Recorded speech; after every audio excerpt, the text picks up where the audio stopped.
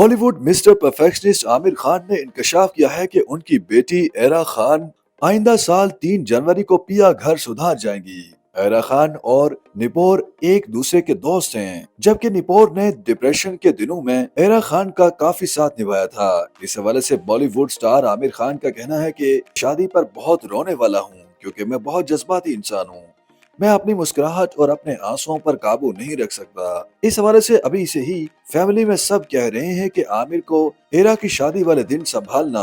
अदाकार ने अपने होने वाले दामाद नपूर की तारीफ करते हुए कहा कि मेरी बेटी ने अपने लिए बेहतरीन हमसफर का इंतखाब किया है। जब एरा डिप्रेशन से लड़ रही थी तो निपोर ने एरा का बहुत साथ दिया।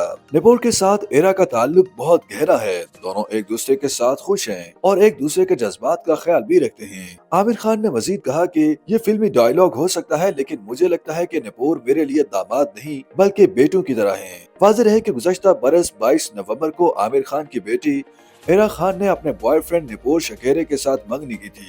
मुंबई में मुनक़िदा तकरीब में आमिर खान की दोनों साबका अहलिया रीना दत्ता और करण राव ने भी शिरकत की थी।